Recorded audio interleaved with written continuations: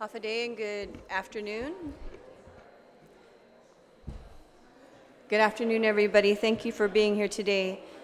The Committee on Education, Air Transportation, and Statistics Research and Planning will now convene this oversight hearing. Today is Monday, October 14, 2019, and it is currently 17:05. For the record, and in accordance with open government law, public notices of this hearing were sent to all senators, stakeholders, and main media broadcasting outlets on Friday, October 4th, 2019, and a second public notice on Wednesday, October 9th, 2019. The agenda for today's hearing includes the following items. We have the Guam Department of Education to discuss the status update on dengue cases on campuses, and the second item will be on campus safety. After the oversight hearing, we'd like to go into the roundtable discussion to discuss some of the issues and challenges that have been occurring at our schools recently. Before we begin, I'd like to thank our Vice Chair for Education, Senator Shelton, for her presence today. And I'd like to acknowledge individuals that have signed up. It's not very clear whether they'd like to give oral testimony or written testimony. Frida Ari, B. Flores, Devin Eligio, Dr. Adamas, Rebecca Perez, Mark Mendiola, Marita Flores, Keith Quiyamhao, Vincent Bukikosa, Joseph Fernandez, the Superintendent John Fernandez, Stacy Coletta, Julieta Q, Marcelina Pangilinan, Mr. John Birch, Eliza Paulino, Iris Pangilinan, Karashia Borja, Tambora Angelina, Michael G. Meno, Sofia Duenas, Carla Masanayan, Agnes Guerrero, Patrick Urgubay, Melissa Mofnes, Marianne Lujan, John Castro, and Joe Sanchez. So I'd like to invite Mr. Superintendent forward and perhaps the chairman of the board, and if there's anyone that would like to give additional testimony that you have coordinated with the superintendent, please feel free to move forward. Mr. Birch. Thank you, Mr. Superintendent and the board for being here, and thank you to all the principals and stakeholders for attending this oversight.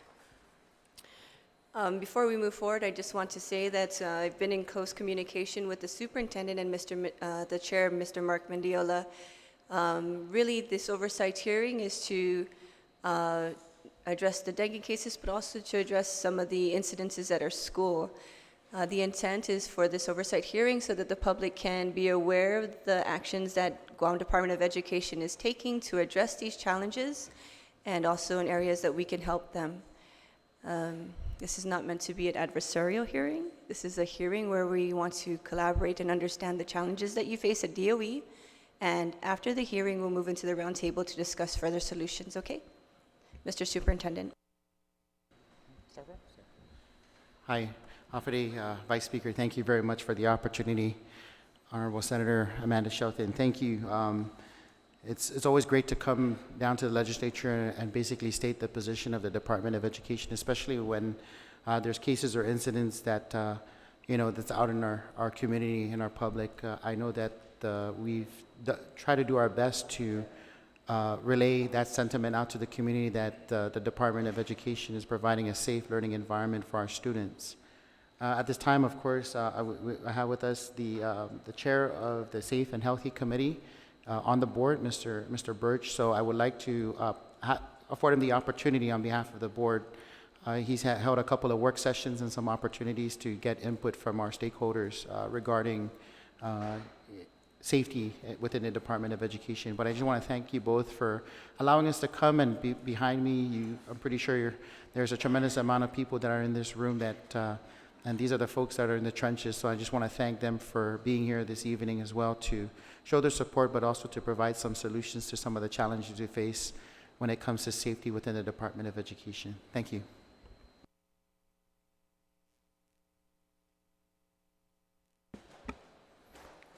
Thank you. Good evening, Madam Chair, Madam Vice Chair. I thank you for the opportunity to speak to you here this evening regarding safety in our public schools. My name is John Birch, and although I've just recently been appointed to serve on the Guam Education Board this past June, I have been given the honor to chair the GEB Standing Committee on Safe and Healthy Schools. As a former public school teacher, as a former labor leader representing public school employees, as a parent of 3 public school teachers, and as a grandparent who has grandchildren attending public schools, I have a deep connection to the topic of school safety, and it is a responsibility that I take very seriously.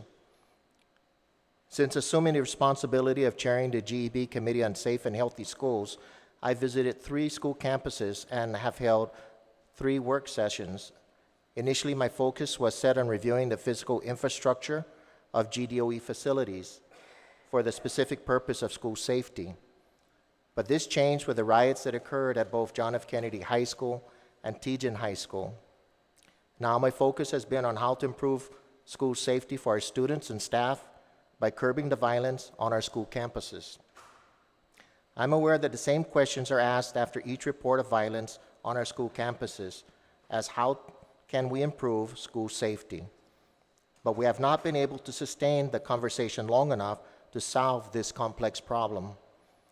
It is my hope that this conversation will continue long enough this time to make a difference.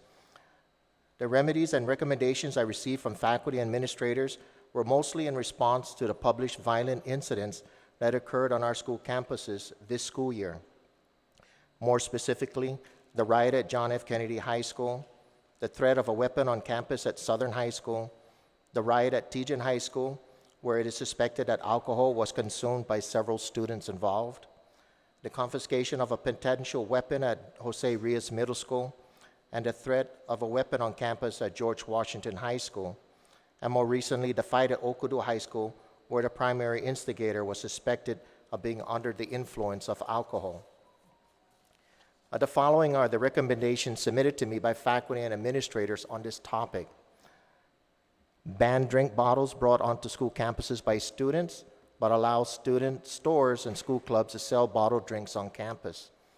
Restrict the use of school bags. Ban the use of cell phones by students on campus. Install metal detectors and surveillance cameras. Provide a functional communication system. Keep trees and shrubs trimmed to promote natural visibility. Provide school personnel with pepper spray. Train and certify all school personnel to conduct searches. Train and certify school personnel to conduct breathalyzer tests. Create an alternative school for Tier 3 or violent students. Conduct and/or increase outreach to the homes of students at risk. Hire more school resource officers and school aides to monitor our school campuses. Work with the PTOs to establish a parent congress. Renegotiate the collective bargaining agreement with the GFT to allow for supervision outside of the classroom by teachers with the incentives of an increase in their salary. Lobby the Guam legislature to introduce legislation that would hold parents accountable for the destructive acts of their children. Lobby the Guam legislature to rescind the current compulsory age requirement for students to attend public school up to the age of 18 years. During the discussions held on school safety, I felt at times security was being equated with equipment such as metal detectors, surveillance cameras, police and security officers, and other physical tangible measures. When security equipment is used in schools, it must be viewed as a supplement to, not a substitute for, a more comprehensive safety program. While these measures are necessary, equipment is as good as the human element behind it. We see this in the example of our own Department of Corrections. They have metal detectors, prisoner and visitor searches, and the most restrictive punitive environment. And yet DOC still experiences incidents of drugs, assaults, weapons, gangs, and even murders. So although only a small percentage of our students are involved in these violent incidents, their actions have caused a disproportionate disruption on our school campuses. Our school administrators have thus been encouraged to enforce appropriate consequences against the instigators of these serious offenses.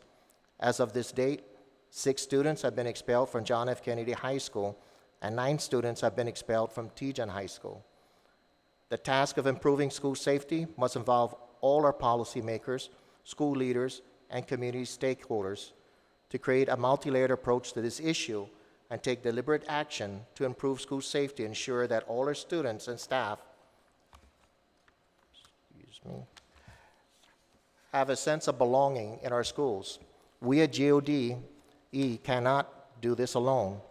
The violence we're experiencing in our schools are the same as what we're experiencing in our communities.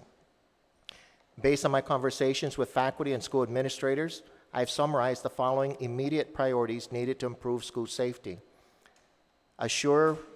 First is assure that the GDOE has the funding necessary to update the physical infrastructure of its facilities for the specific purpose of school safety.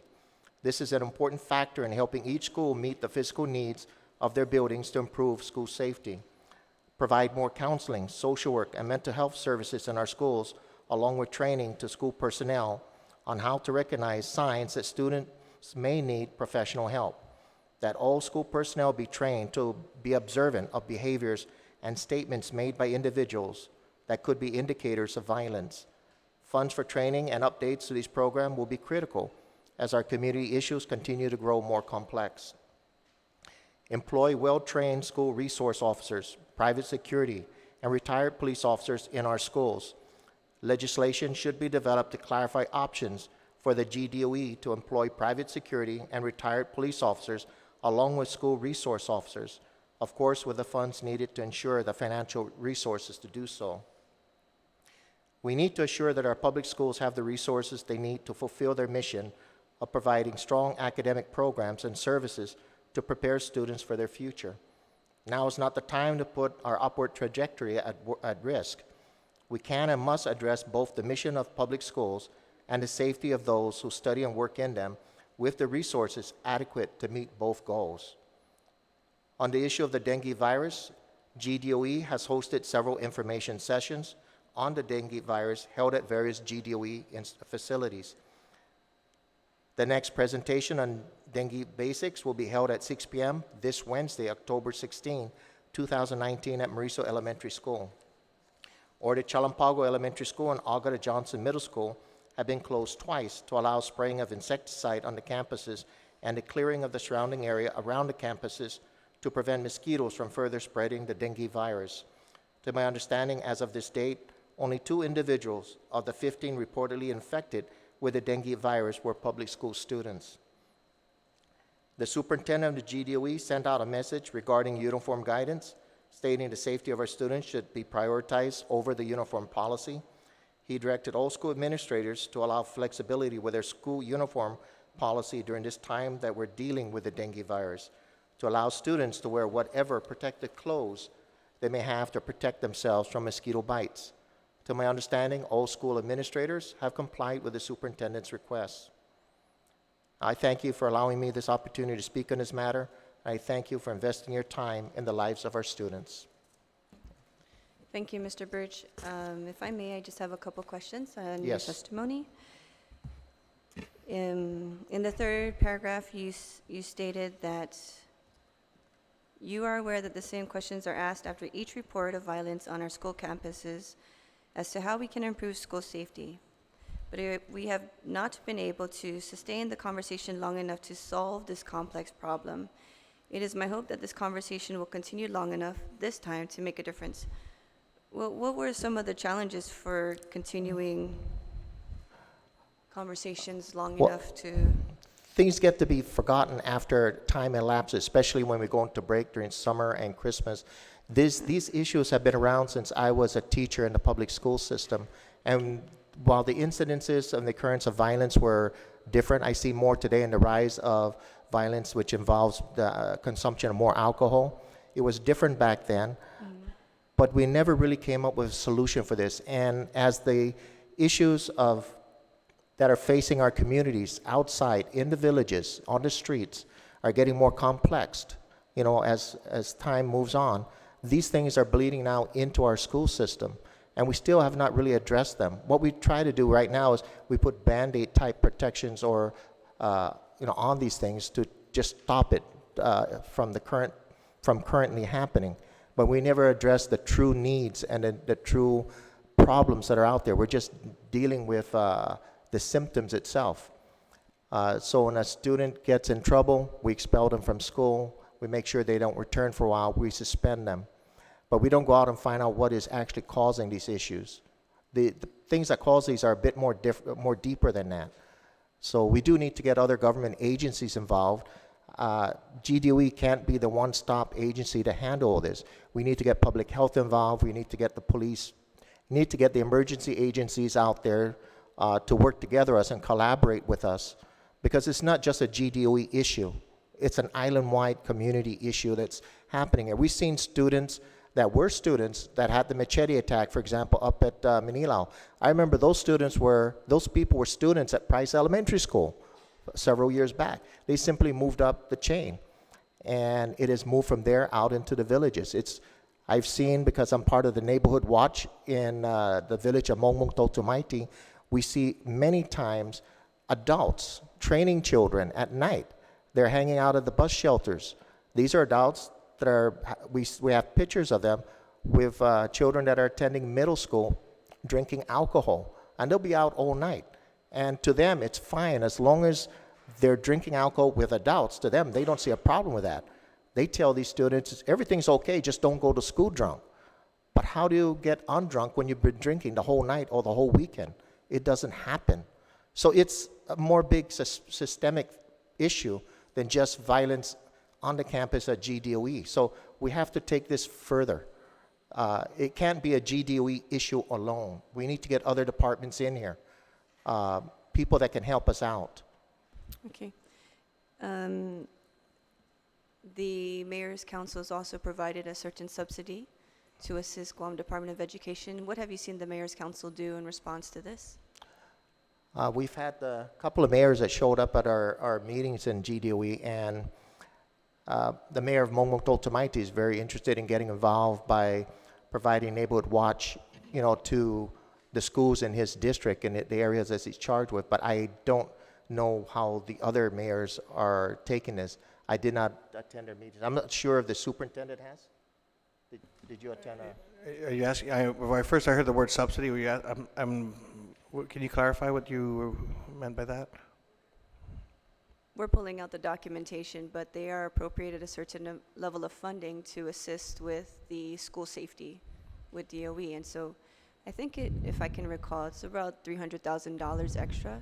So I just wanted to know the role that they have continued to play and what has been the impacts there. Has it mitigated the risk?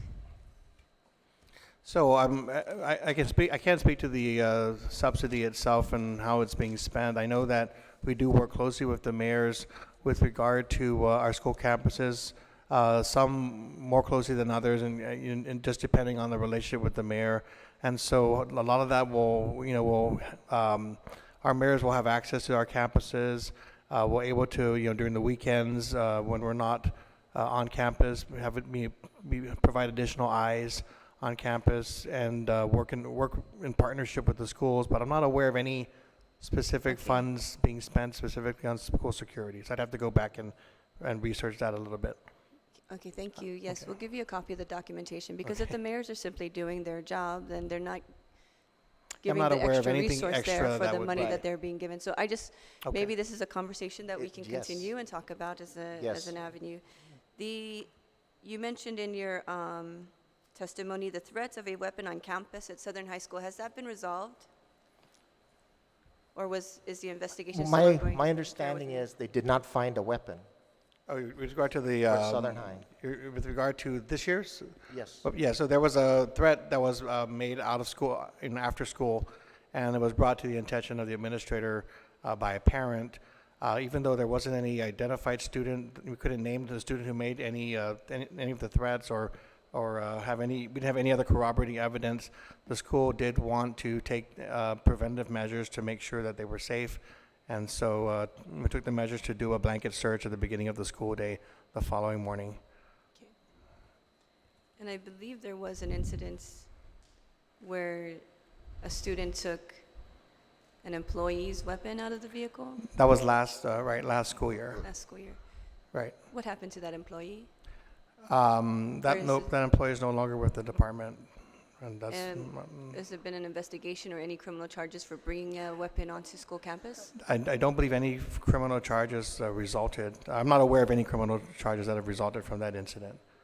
I do believe the student involved was identified and taken into custody by the cops, and from there but I'm not sure about, I'm not aware of any criminal charges brought against the employee. Is the student back in school? I'm not, I have to go back and check with the administrator. We have some of our administrators here. I'd have to verify that. Can we verify that now? Oh, he's not. He's not back in school? Okay. Is he allowed to return to school? So he's expelled from school I think this is, completely? I don't know that, well, I think the issue is that he's in the judicial system, that's right. So he's, because of his involvement in the judicial system, has not returned to school. Is he at DYA?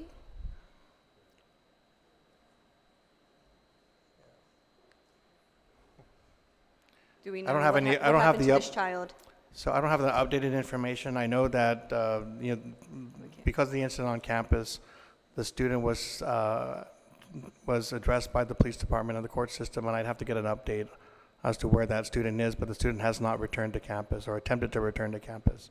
Okay. And just to clarify,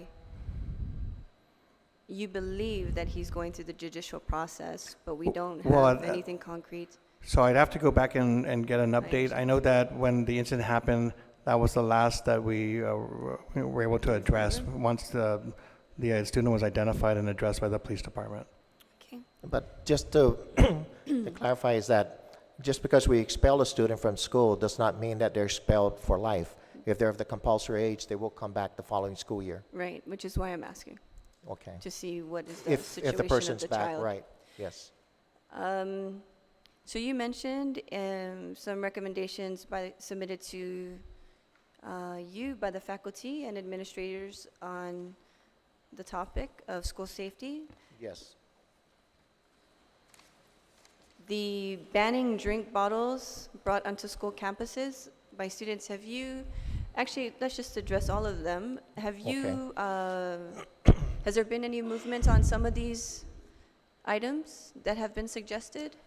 No, we haven't taken any action on them see. to my knowledge as yet. Okay. These are recommendations that have been submitted. Okay. And the ban on drink bottles is because we've been made aware that oftentimes that's where they're hiding their alcohol, Right. like in the King car bottles and stuff. Okay. And then renegotiate the collective bargaining agreement with GFT to allow for supervision outside of the classroom by teachers with the incentive of an increase in their salaries. That was brought up too. That would provide us with more personnel on, because right now the teachers, their area of supervision is pretty much limited to the classroom when they're instructing students, and they're not required to go out and do bus duty, lunch duty, and so on.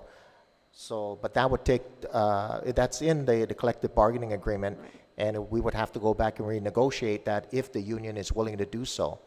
But what some people have advised me during that time is that if you offer them a salary increase, perhaps they'll be willing to go for it. Has there been discussions about this at the Not with the teacher union. meetings or anything? Not with the union, not yet. No. Although they're not aware with of the this, because I brought teachers? this up at several meetings where their representative was present, but she did not voice any concerns about it to me. But do the teachers know? Have the administrators informed the teachers about this being a possibility? I don't think so. It's just, this is all new material. Okay. Lobby the Guam legislature to introduce legislation that would hold parents accountable for the destructive acts of their children. We do have a draft bill that we will address during our roundtable. Okay, great. And lobby the Guam legislature to rescind the current compulsory age requirement for students to attend public school up to the age of 18 years. So we'll discuss that as well, whether it is important or there is a necessary need to repeal the law that was just, by the way, put into place last term. So Correct.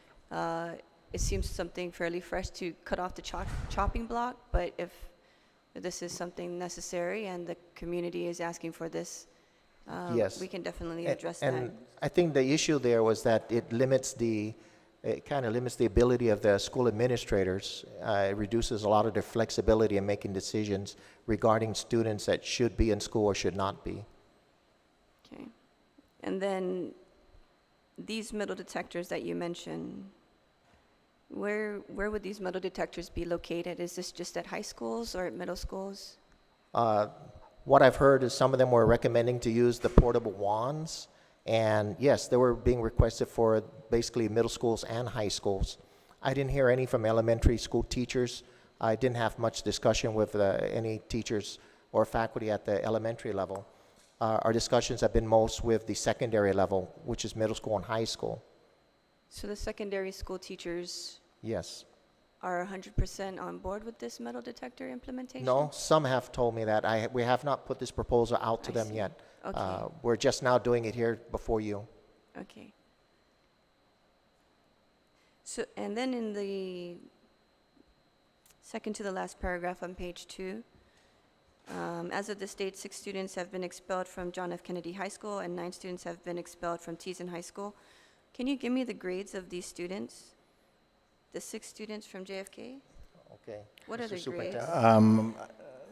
If you just give us a pause, we'll have the administrators pull the grade levels for each of them, and we'll provide that before the end of this oversight. Okay, thank you. So both for Teason and for and JFK. Yes.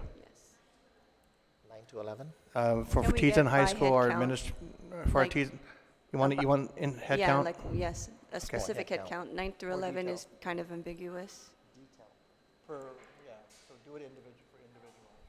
Okay, we can move forward. I'm trying to address the time issue. We're already at 5:30, and I know we're supposed to roll into a roundtable hearing. Okay. So if we take a little bit longer to address for the oversight, please bear with us, okay? No problem. Thank you. The next page, on page 3, it says, assure that GDOE has the funding necessary to update the physical infrastructure of its facilities for the specific purpose of school safety. Have we identified what physical infrastructure that GDOE would need to implement for the school safety? The changes that would need to be made to each campus? Well, when we build our new campuses, we should make sure that these things are listed in there. I don't have the specific issues or changes that we should make, but just by visiting the campuses that I did, and especially the one down at Ocean View, where many of the buildings there are, the way I look at it, are pretty much unsafe. I personally wouldn't like to see any of my children or grandchildren attending classes in many of those buildings. So when you have buildings and canopies that are rotting away, you think twice about allowing students or younger people in those facilities. So while we're able to use part of the building, I remember when Ocean View used to house about 800 students, now they're down to 400, and with the 400, they're maxed out with their usable classrooms. If any of those classrooms do go down, then we probably have to start putting them up in the cafeteria somewhere. So it's incidences like that. And also at Benavente Middle School, and of course we've prioritized the building of Simon Sanchez High School, and we have other schools out there that I've heard about from various faculty say, please come out and see our school, because you're talking about putting canopies up at Benavente Middle School, but we need one too. And when I ask what's wrong with theirs, and when they give me the idea of what's going on, and just like I said at Ocean View, they didn't complain about the canopies. When I looked at it, they do need to be replaced. So our infrastructure, our buildings, many of them are really old. The new ones are great. And many of the new ones we have, we're under a contract with a private owner that owns them, and they pretty much take care of the upkeep of those buildings. But it's the ones that we own that we have to seriously look at, Senator, so that when we go out there, we identify what we have to do to repair them, because many of those places are unsafe, especially when we have rain that floods out and children have to run through the rain, and when classrooms are flooded because the roofs are leaking. And some of these, no matter what GDOE has done, has repaired them temporarily. It's kind of like our Guam Waterworks. They go out and put a Band-Aid on a pipe. After a few months, it breaks, and you have another leak. So the same thing is going on within our schools. We can only repair them for so much time, like down at Ocean View, which I'm using that as an example because I spent a lot of time there looking at their buildings, and I'm wondering how could we allow that school to still be open without doing any major repairs. Okay. And we're looking at Simon Sanchez, which has similar issues, and we're moving on that just as quickly as we can. So more specifically, the focus would be on the canopies. On the canopies, things to make things safe. Also, clearing out trees and shrubs and everything away from the buildings, so that if we're going to continue having this dengue virus, we don't provide breeding grounds near the school campuses. And of course, clearing out and creating better visibility within the campus also allows the personnel on the school campuses to be more vigilant in watching out for any intruders that may want to come into or trespass onto our school campuses from any other area other than the front gate. So that is also an issue too. So just to go back to the mayors. The mayors, it says in document number 35GL-19-0981, Section 5, Public Safety and Social Education Programs, the sum of $340,390 is appropriated from the Territorial Education Facilities Fund to the Mayor's Council of Guam, with each mayor's office to receive $15,000 for fiscal year 2020. After each mayor's office receives $15,000, any remaining funds to be expended in accordance with plans approved by the MCOG or the respective village municipal planning council and filed with the Director of Administration to fund public safety and school education programs that enforce alcohol regulations, reduce underage drinking, support traffic safety, reduce drug-related violence and abuse, and support Government of Guam's substance abuse prevention programs, and support organized sports programs in the community. So I believe that this is something that we need to, this Yes. is something in concrete, and this is something that we need to hold with the mayors.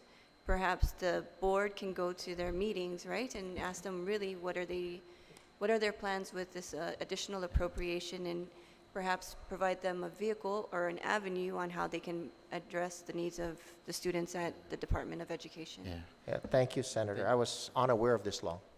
Thank you. And then the mental health services, we passed legislation just last session addressing some additional training for Okay. mental health training.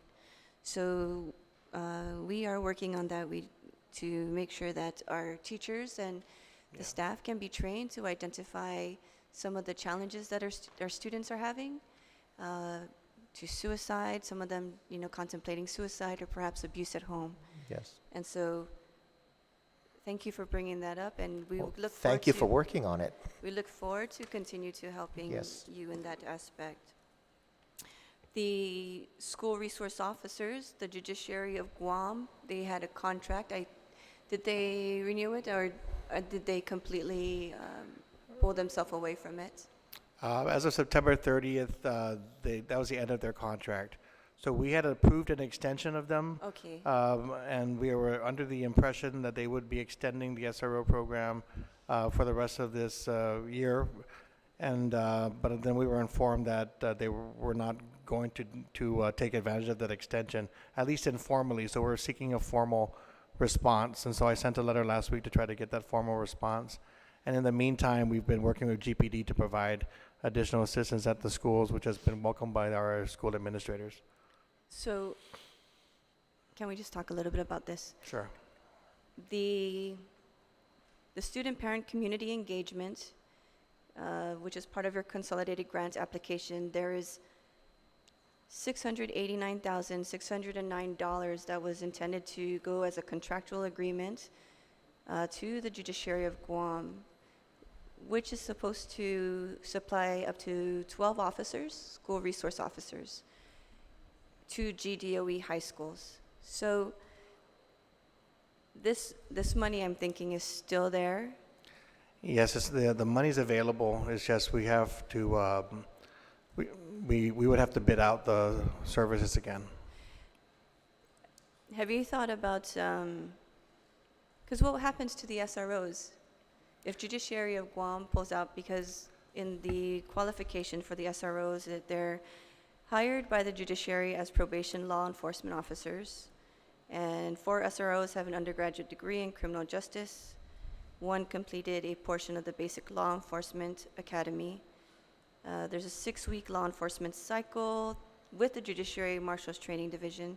So do these SROs go back and work as marshals with the judiciary, or what happens to their jobs? Are they jobless if the judiciary pulls Right. out? So I'm not clear on that. I mean, I was caught by surprise, to be honest, when I was informed they were no longer providing services.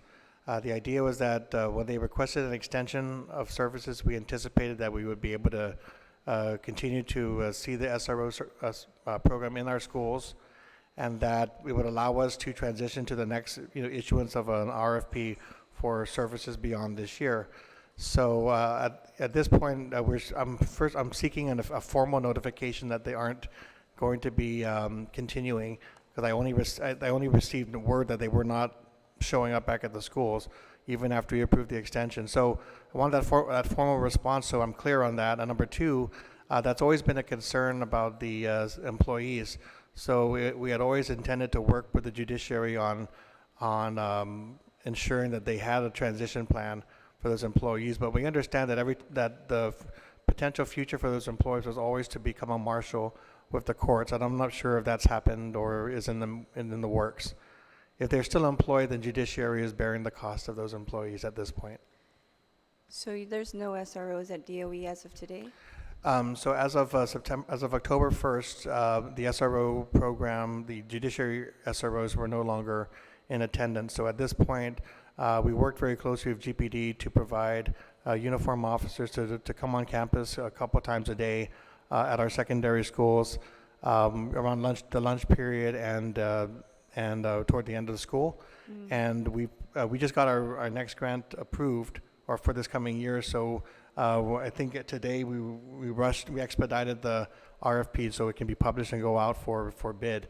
This cycle, we do anticipate, the police department potentially to bid for it. If the judiciary bids for it, then it can, put in its terms. But at this point, right now, we have an interim arrangement with GPD to continue to have law enforcement present on campus. It's not the full SRO program for sure, but it is working to enhance the village beats so that they include the schools and our president schools as part of that beat. So how many times a day do they come around the school? So they started this last week, and my understanding is a couple times, again, around the lunchtime period while students are out, as well as toward the end of the school day when students are preparing to leave campus. But they're getting a visit at least once a day. Right. So I understand they're getting a visit twice a day at our secondary schools, and we appreciate very much their quick turnaround in assisting us in that manner. Absolutely, thank you. Yes, I'm a little bit concerned when we start to look at GPD to be the answer in the presence, because the SRO functions is for community policing. They're supposed to be able to counsel students and staff, assist with emergency planning, crisis intervention, educate parents, mentor at-risk students, arrest and act as law enforcement officer in a wide capacity, educate, teach juvenile laws using play-by-the-rules supplementary curriculum, PSAs to educate students and staff, security during the games, deterrence against crime. So a lot of it is also training that Correct. is directed more towards the child, right? And so Correct. we throw police officers in there. They don't have this kind of training. So is there perhaps a way that, because I'm thinking that if you do an RFP, that if GPD perhaps wins the bid, will they have these similar or like trainings to address the need of the child? So we're well aware of that line of concern. So the SRO program is not just a law enforcement officer on campus, but also includes the counseling and the sort of the mentoring component to teach good behavior and good conduct as they perform on campus. So just to clarify, right now we do not have that in place. So the officers that do show up are not performing as SROs. But in the future, when we put this RFP out, the expectation is that we are going to be implementing the SRO model that we just discussed. And I think the expectation is that there would be provided the training and materials to enhance that function. I think it'll be clear that if the Guam Police Department does bid, send them a proposal in to be a partner, we will have to address the issues of training and I would anticipate at the very least that there would be that not every officer is best situated to be working in that environment. So there would have to be some discussion about how that selection would happen on GPD's side, should they be the partner that ends up getting the contract. So it seems like we're a little bit behind the curve because judiciary unexpectedly pulled out of this. We were thinking that maybe every year they would renew the contract. Right, we were So expecting a transition we're trying period. to catch up to find school resource officers. Or Right, someone I in mean, the line. essentially we anticipated a longer transition period. Right now, we're just trying to ensure that we have some interim law enforcement partners to assist us on campus. And then we're hoping within the next 30 to 45 days to have a new SRO contract executed. Okay. So we'll put, right now, my understanding is I signed off on the request for proposal package that can now go forward to be published. And then we will, go through that procurement process. Thank you. And then I want to thank you for your transparency. We went to your board meeting, and there was discussions about long-term disability funding, because we still fund the positions, but you don't pay them that salary, but the positions are still funded. Right. And so you have 5 aides, 8 teachers, 2 secretaries, and 1 trades helper. So that's 16 additional positions. Have you been looking to, how have you capitalized on the available funding to assist in the role of the SROs during their absence? I'm not sure what you're getting at. So right now, the funding that goes to SROs is federal funds. So we are not utilizing that for any other purpose, but it would be reserved for that program. Now, I think the long-term issue is trying to disability. support our schools. With GPD being there as interim support, the other a big task is to allocate our internal school resource officers, which are typically our attendance officers, to be able to support the needs of the schools Your depending SAOs. on the situation or Right. the needs of the schools. So sometimes when schools see a high vacancy, their school aides, a whole bunch of them are sick and under the weather and don't appear, then we'll get requests for assistance, and at that point we have to figure out what internal resources we can dedicate to assist those schools. Okay. But you still have the funding of 16 personnel that are long-term disability that are given to you? Because in the appropriation, we funded all the warm bodies, and so they're still part of the warm body staffing pattern. Right. So when we have someone who holds the position but is not able to come to work, Right. we do have and have executed the authority to bring on limited term employees in that capacity. But obviously, those would be limited term employees who are Right. then unable to continue should that person return, or they're in this continuous limited term basis, which sometimes leads to the turnover in that position since they're not able to permanize. Right. So that's been, again, it's a it's a- Band-Aid approach to trying to resolve that. So, Okay. so our personnel committee chair, as you know, Ms. Gutierrez, is pushing us to find a way to somehow, resolve that issue of where those positions are and how we can. I think the idea that was last proposed, which we're looking at, was to take some of those positions that are being held out in the schools and move them, towards the central office, and then, find available positions that we could substitute or switch in order to fully support the school-based needs. Right. And then And so that's something we're looking at. okay. And then you also have to look at in our meeting with JFK High School, we talked about some of the SAOs, and I guess they don't want to transition into the SRO capability, but I think that there's a possibility that maybe you can look into with creating something of the like of an SRO. So I think the idea there is, we're almost at a fork in the road where it's, in other jurisdictions, you might see this relationship with the police department as a law enforcement agency to be your SROs. The other idea we were thinking about was, if that's not available because of manpower shortage or some other issue, to somehow create an internal SRO force within the Department of Right. Education. But as we understand, that's a work in progress to address the qualifications and training needed to ensure that that we have the job descriptions that would accurately reflect the work that's expected. So they would no longer be attendance officers. They would step into more of a law enforcement role. And then, of course, then that brings into the question the post requirements and are they going to be required? And, that's been an ongoing discussion on that side while we've been working with a contracted SRO program. So right now they're used to enhance and supplement the SROs that are brought in either by judiciary or, our future partner. So maybe you can pluck. Got to go one direction or the other in the future, but I think Yeah. that's been the discussion about how best to move forward. Perhaps you can pull the SROs from the judiciary. Yeah.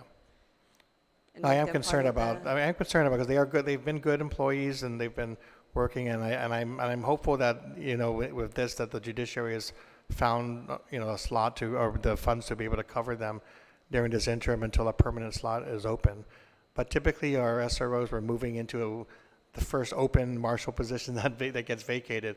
You'd see them jump and apply, and it seemed like a good stepping stone for them. But I'm not sure about this current batch. Do you know if the SROs were classified or unclassified employees of the judiciary? They're limited term.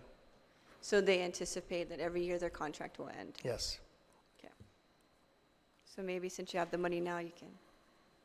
Yeah. Right. Okay.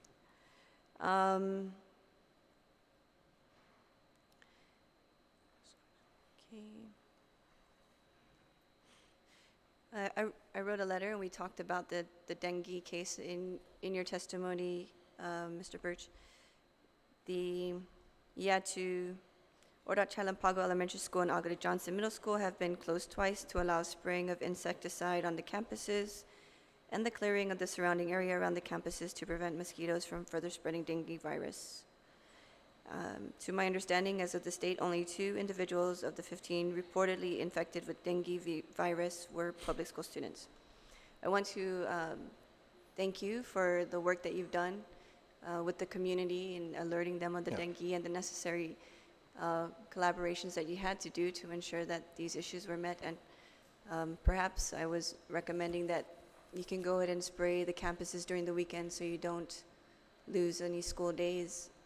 And we're not reactive, but it's a more proactive measure to ensure that the schools and the parents feel safe. Okay, the school was already sprayed. How can we move forward? Will that? Right. My middle school son also suggested that to me as a great idea. He said, "Why don't you spray all the schools?" And I said, "Well, of course." But let me just say, because I want to make this clear for the general public, I know who might be watching, is that obviously we get a lot of input as to how to address it. But, and I've informed the board just as a reminder that based on our board policies and our procedures, that whenever there's a communicable or reportable disease, we yield to Department of Public Health and work to support public health in its determinations as to how to best address it. So since the beginning, our job has been primarily to open access to our schools. We try to get it done over the weekend, but if it takes longer than in these instances, it's taken a couple, extra time. So we just decided to close campus and ensure that the work gets done. We did receive that, and we've asked the same question: does it make sense to spray all of our schools as a proactive measure? The response we received, and this is also a public response given at our informational sessions from Dr. Thane Hancock, who is the CDC specialist who's been giving the presentations, is that by overspraying and where there may not seem to be a need, then we might be building up the immunity to the insecticide for those mosquitoes, and so it may backfire. So we've had that as an option and have been yielding to the guidance of public health and CDC on this. And so the role that we play now is we are working with the Joint Information Center. So every time there's information that's out there, we help to ensure that DOE is represented and also facilitate the push of that information to the public. We have held informational sessions, as you've noted. Our next one and our final one that's planned, unless there's more demand, is in Meleso Martyrs Memorial School this Wednesday at 6 p.m. And then other than that, Julieta Kineni, who is our liaison with the public health, she's there to help coordinate any other support or assistance needed by DOE, especially our school nurses. Our school nurses were trained by Dr. Hancock when this situation first started. And so they were well trained in terms of how to identify any symptoms. And then if they identify symptoms by students at the school site, are able to make the appropriate referrals for further investigation. So that's primarily the role that we play at this point, and then we'll continue to monitor the situation with public health. Okay, Mr. Superintendent, you stated that if you spray the insecticide, there's an immunity. Is that the immunity within the student or an immunity within the mosquito? My understanding of the information we were given that the mosquitoes would become immune Oh, I see. to the insecticide, and it might have a backwards effect. Okay. Mr. Birch, thank you for your testimony. Thank you. We don't have any more questions for your testimony right now at this point. And Mr. Superintendent, I think you have Okay, I mean, I something? think Mr. Birch covered the points. I know we just talked about dengue, and that basically is describing the extent of the role that we play with dengue, except to let you know that we are continuing to monitor the situation, and we'll do so long as public health is pushing for further work and assistance together. I'll move all the way to page 2, if you don't mind. I know the interest of time. First of all, to say, I do appreciate the fact that you're having an oversight followed by a roundtable, and that's why we have administrators, our outreach folks, our Julieta, who are representing our nurses. I also want to recognize, if I could, there's on the left side we have a bunch of students sitting next to Mr. Meno. He wants to be considered a student, but these are representatives of our Island-wide Board of Governing Students. I want to thank them for joining here on their free time to participate, hopefully in the roundtable, should there be any ideas and concerns that their youth want to raise. So I really thank you for that opportunity. And I want to recognize also Teresa Ariola from as a partner agency from Behavioral Health, who's, I believe, will join us later on for the roundtable. We partner on many of the things that involve with the behavioral health and substance abuse issues that affect our students. I know we're here because at the beginning of the year there were several instances that came to that were highly visible in terms of incidents at the schools, school safety, student safety issues, and these are the ones that I'm aware of that we were obviously working to resolve at the school level. And then, of course, with the work and support of the board in terms of the safety committee, trying to look at ways to continue to provide and enhance our supports for our schools. So on September 12th, we mentioned the Southern High School threat. This was a report of and I'm going to go through these just to kind of highlight that even though they're visible, there's just a sampling. This is a sampling of the things that may not get reported as well, other things that happen at the school level. And our administrators have to go through these and respond to these every day in different forms and in different ways. So on September 12th, the response there was, after school the prior day, it was overheard on a bus that there was a threat to bring a weapon to campus. And so one of the students reported it to her parent reported it to the administrator. The administrator, in working with the leadership team, decided that he would institute a blanket search at the beginning of the following day when students arrived on campus. So the next morning, the search was conducted by school employees. Guam Police Department was there to provide additional presence at or around the school. No weapon was found, but that was the situation with Southern High. And of course, even though it was a visible situation, it really reflected the proactive attitude and the fact that we try not to take any threat lightly. Unfortunately, that same day, while Southern High was resolved, was the same day as the JFK situation in the cafeteria. So I know that the administrators are here behind who can answer any details with regard to how we've addressed it. And I want to thank you for both of you for being at the schools and having your own opportunity to see it for yourself. A riot is defined by DOE as involving 4 or more people. So I want to clarify that when people say there's a riot, it may mean different things to different people. Under our terminology, once there's 4 or more people, we define it as a riot. Both the police department and fire EMS came to assist, and while nobody required transport to the hospital, DPD did take 2 students from campus. Based on the investigation, we ended up expelling 6 students from DOE, and I know you asked for their grade level, and so the administrators will have them shortly. So that was at JFK. Several days later, on the 17th of September, very visible, I'm sure you're aware of the Teton High School riot that took place outside the main office building. This involved a larger number of students, I believe maybe up to 40 students who may have been involved. It ended up, after the investigation, there were 9 students who were recommended for expulsion to the superintendent, and so that brings the total to 15. And my understanding is that that's the number that we'll be sticking with. There's no further disciplinary actions pending decision. September 25th, I know that it circulated on social media a video of a pen with a hidden blade that was circulating and raising questions with regard to whether this was on Guam. Sometimes we get social media posts that are out there and they look very violent and very dangerous, but they may not take place on Guam. And after we further investigate, I know there was a video, social media, a video of a comb that was also could have been used as a weapon, but we verified that that was not something that took place on Guam. However, the pen with the blade inside was verified to be a weapon, an item found at Jose Rios Middle School. It was determined that the pen was a letter opener, wasn't intended to be a blade, nor did the student who brought it intend for it to be used as a weapon, but was really coming to show off to friends. However, the school did address it with the student and brought the parents in to ensure that they were notified.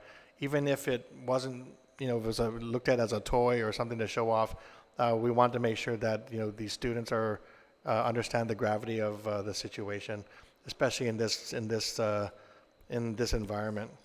October 1st, we had a social media post of the weapon. It was actually, it looked like a firearm tucked into the shorts of a student. We were able to, through the administrator investigation, identify the students that posted, as well as took the video of the social media post, and they were able to quickly identify the students, apprehend the students, and find the firearm. It ended up being a toy firearm. However, the situation was very serious because you couldn't tell it was a fake weapon. So it resulted in the shutdown and the lockdown of both GW as well as GCC at the time. So both schools and both institutions responded to try to address the situation. And then just on Friday, we did have a fight that took place at Okudo High School cafeteria between at least 3 students. Because it took place on Friday, there's still an ongoing investigation. But should that investigation complete, I'll be able to apprise you and the board of the disciplinary consequences. So the reason I cited these, because these are the most visible, and these were obviously around on social media. You saw videos circulating, very concerning, each in their own way. At any rate, whenever something happens and we become aware of it, whether we hear it from the schools directly or we become aware first and go to the schools to let them know that something is circulating and we want to verify or validate the incident, the administrators become primarily responsible for addressing, investigating, assessing, and recommending discipline. They're guided by board policies, so I know in prior hearings we've talked about the lengthy set of policies and procedures that are in place that administrators are trained to use in order to adequately address any incident that might occur on campus. So we have the Board 400 series involving student conduct, the 500 series involving emergency response procedures, and then we have SOPs, the Student Conduct Procedural Manual, our Student Procedural Assistance Manual, and our Emergency Response Plan procedures. All of this is used to guide the decision-making of the schools. For violent incidents, when they take place, especially at the high school level, we advise the administrators to issue appropriate consequences, including recommending expulsion if deemed necessary to keep their campuses safe. And as I indicated before, we had 15 expulsions already by today. Actually, there is a pending recommendation for an expulsion from a more recent incident. So involving one of the social media posts. So that number will be at 16 by tomorrow morning.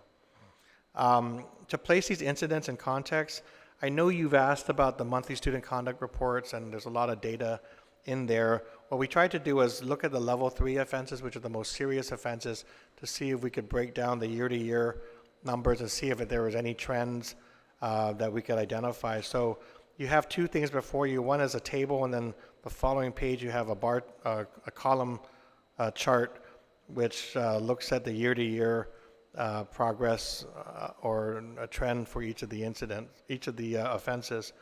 So, at the highest, if you look at endangerers for fighting, you have about 600 students a year, 500 to 600 students a year.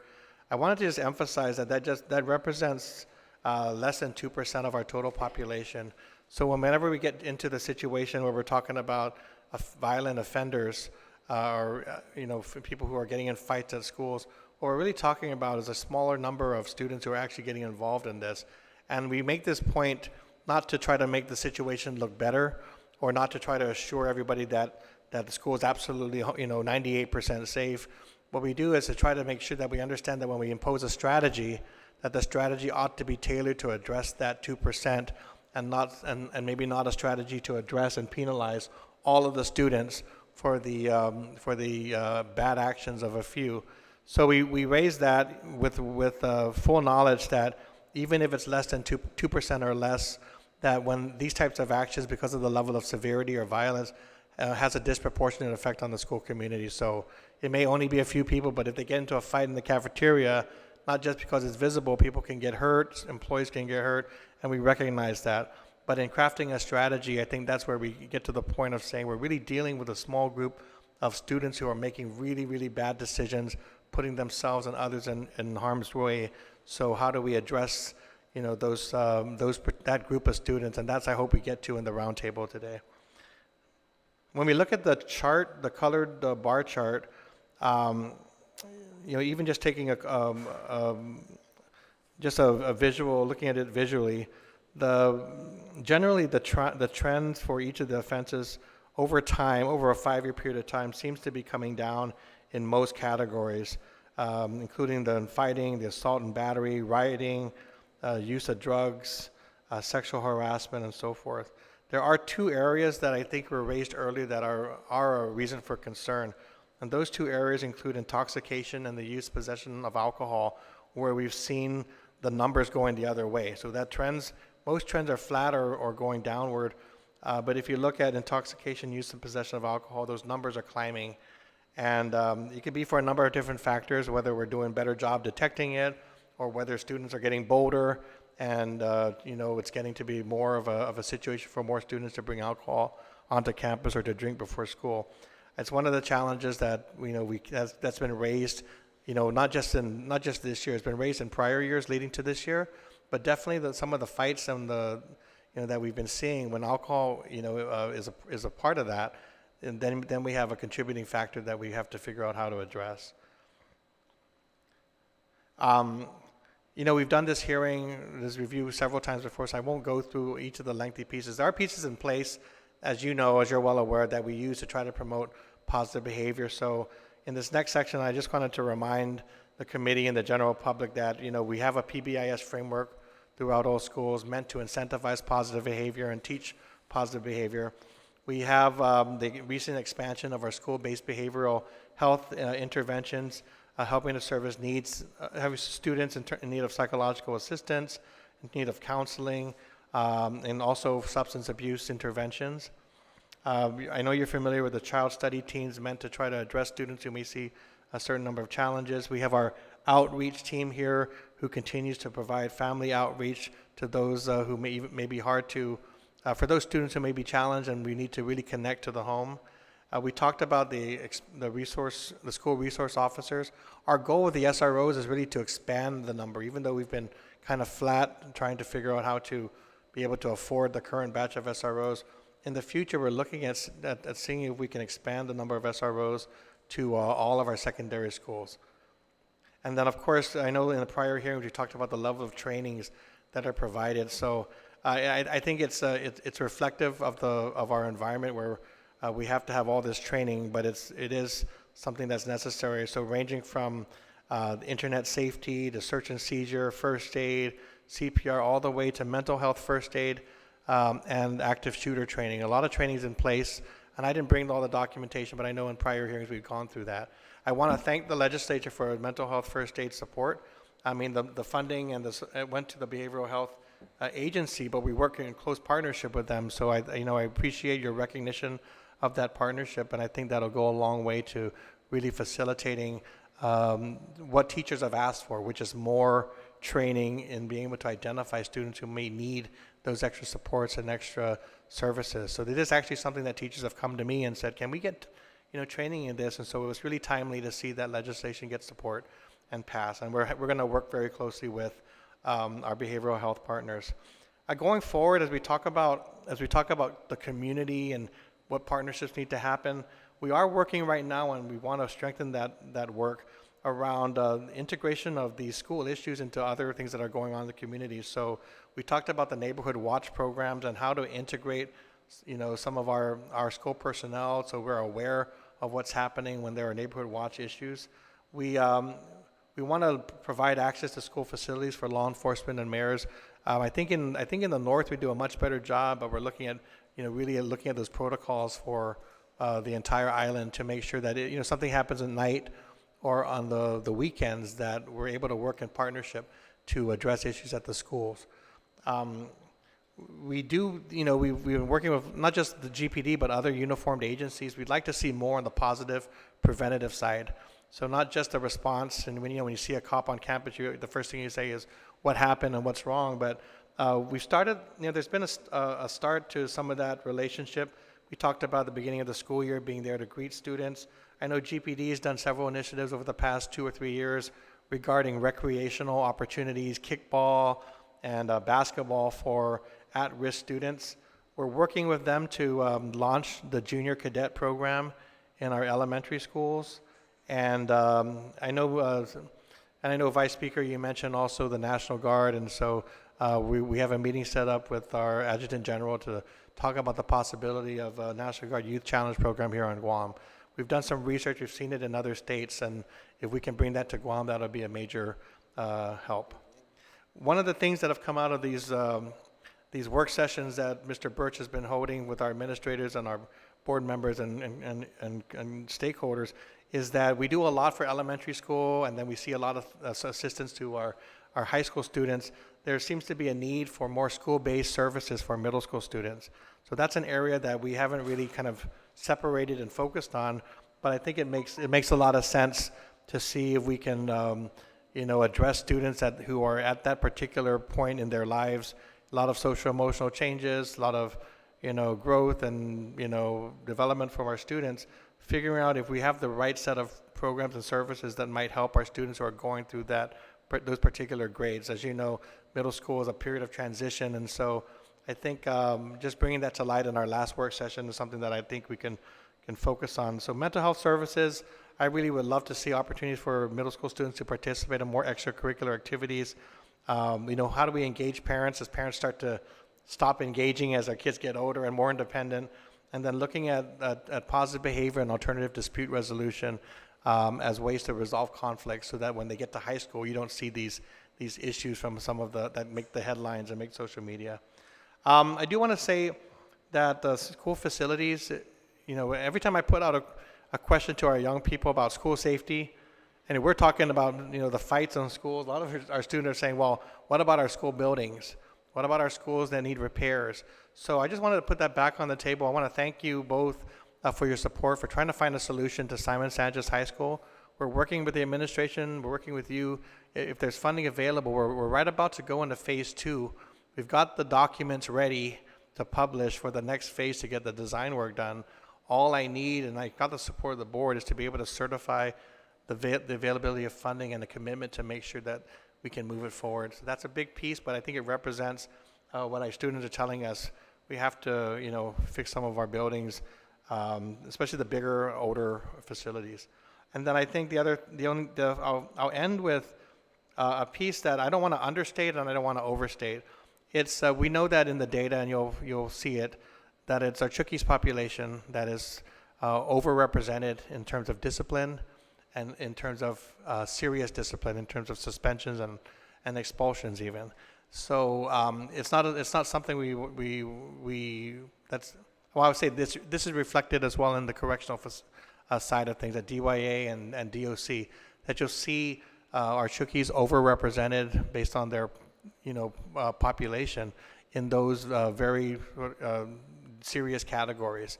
And what we're trying to do is figure out if we can do something on the positive side, during the K to 12, educational system, working with our partners and seeing if we can find a way to target those at-risk students as well and make sure they don't end up, on that same path. So we just recently have been in discussions with our FSM General Counsel, Teresa Philippin, who was a former Minister of Education in YAP. We've met with her, GPD, Manetlu, and the Micronesia Resource Center, even other partners such as Guam Football Association, as well as interested partners, looking for positive ways and to move forward with a group of students who are shown to be at risk. Recently, we met with for our first organizing meeting with the heads of our Micronesian student associations in our high schools. We had over the past few years, it's been difficult to sustain some of the organizations when an advisor leaves and they don't have an advisor. But for some reason this year, we had about good 40 strong representatives from from all of our high schools, and we're looking at them as a positive, force that might be able to help us address what is sometimes a very thorny issue, but a very important one that I think we need to tackle. So we had an organizing meeting. I think everyone has events that have been planned to try to reach out to this particular part of the community, but we want to coordinate better so it's not one event and we're done, but what is that level of services and support that we can use to help students get on the right track and not end up in the statistics that I know you've seen. So with that, obviously I know you're looking at what role can the legislature play. So you already heard some of the discussion about parental responsibility. I do want to say that we were looking at ways to address the alcohol issue at some point. These kids are getting, $5 vodka bottles, and they're filling their water bottles. And on our side, we'll think about strategies about how do you ban them, keep them off campus. But really, the problem is how are the kids accessing them and being able to get them to drink before they come to school or to bring them on campus. We ask that you revisit Public Law 34104, which is the compulsory education age, and then the two bills that are pending, 211-35, which is your bill, Vice Speaker, regarding Simon Sanchez, as well as 196-35, which is also related to our facilities. It has to do with the solar power. As we further looked into the solar power issue, it does look that, if we're able to generate savings and start to do that as soon as possible, we can then turn that into hopefully a stream of funding for some of these facility issues that the students are asking about. So we hope that will get a good hearing and we'll be able to come out and testify in support. So with that, thank you again for the opportunity to testify before you today. Thank you very much, Mr. Superintendent, and to the members of the board and all of the administrators who are here this evening. I also want to thank you for your response to all of these incidences in your schools. Thank you for caring for our students to ensure that they are all safe, as well as you and your staff. So thank you for that. Mr. Superintendent, I really appreciate all the information about the alcohol use in the schools and seeing that increase, as well as the different strategies that you're using to combat these issues. I was hoping that you maybe would walk us through what would happen if you were to find a child in school who's inebriated. What are the steps that are taken, and then how are you able to reach out to these families to talk to them? Because as you mentioned, sometimes the issue is really at home, and there are underlying situations that we don't know about in the school, and the parents are okay with it, the drinking. So how would an incident be responded to? So, I mean, these are well, first of all, you have administrators here who I know will be glad to kind of walk you through different situations they face. But, there's the involvement of our nurses at school to assess our kids for, in the case that they're suspected to be inebriated. One thing I want to do before I go to that is, I think we wanted some clarity on the protocols for DPW. Okay. So I'm not sure if they've given us their protocols, but one of the questions we had was, what happens when you have a student who comes on your bus drunk? Okay. My understanding is that the bus driver will keep them on the bus and not leave them at their stop, bring them to school, and then address it with the administrator. But I still want to just confirm that. So that's one way they get on campus. And once they're on campus, if they're suspected, they would be reported. If any kid suspected by a fellow student or a teacher, they can be reported to the office, at which point a nurse will probably take control and trying to assess the condition of the student, ensure if more serious attention is needed, depending on the level of intoxication that might be suspected.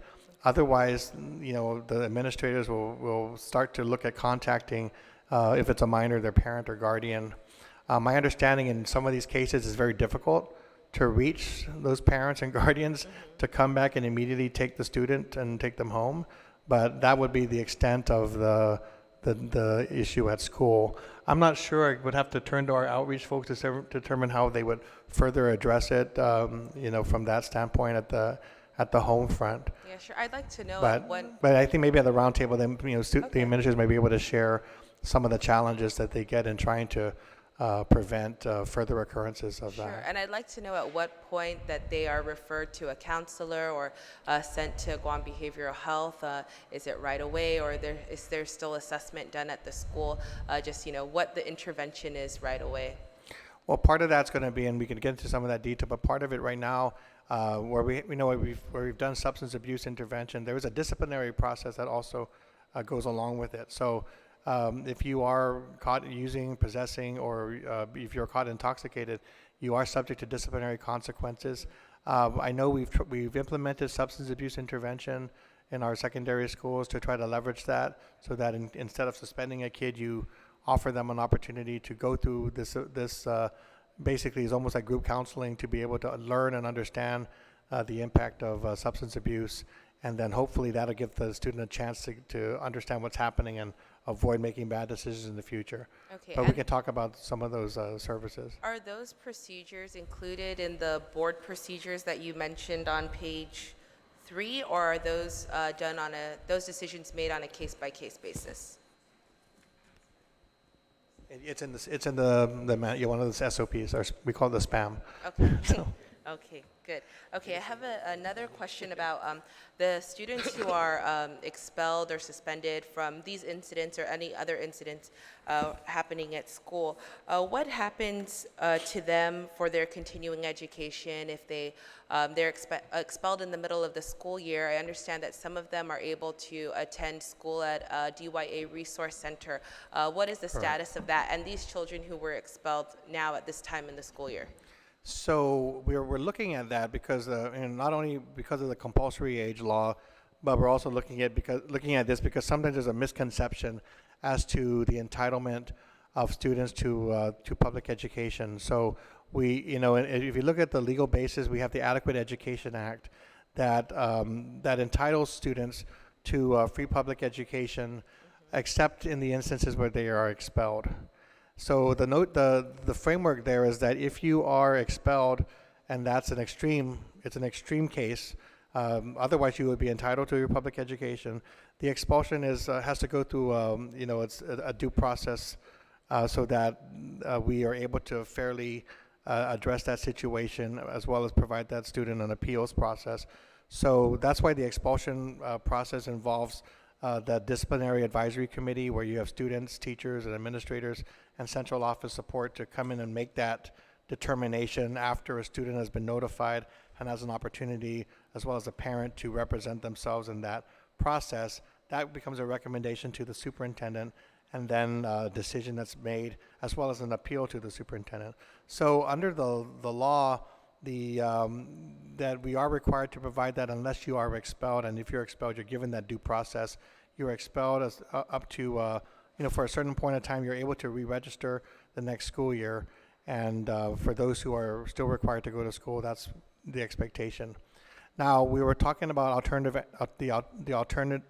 alternate education as an option, and in our research, we learned that that exists because of a board policy. So it's the board that determined that in the event of an expulsion, alternative education has to be present.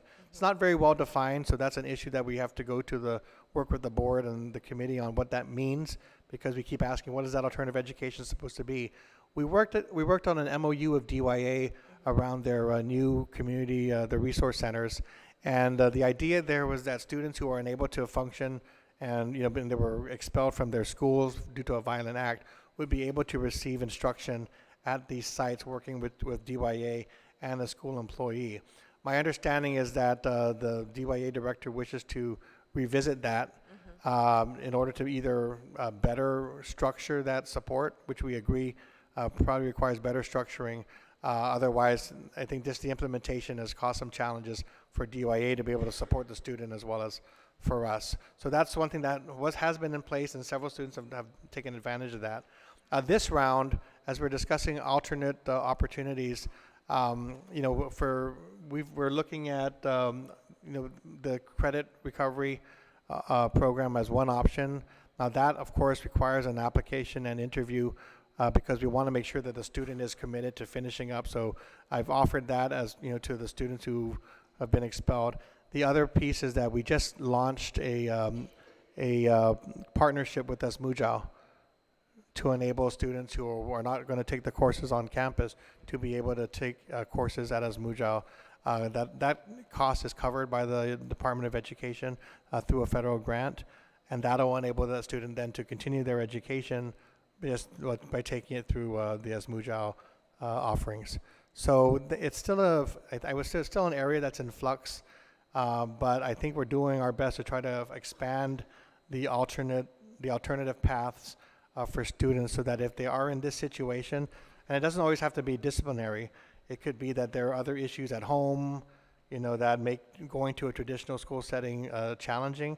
So we're looking at different ways to make those alternate pathways available, and we're hoping it'll work for those who've been expelled until they re-register at school. Thank you.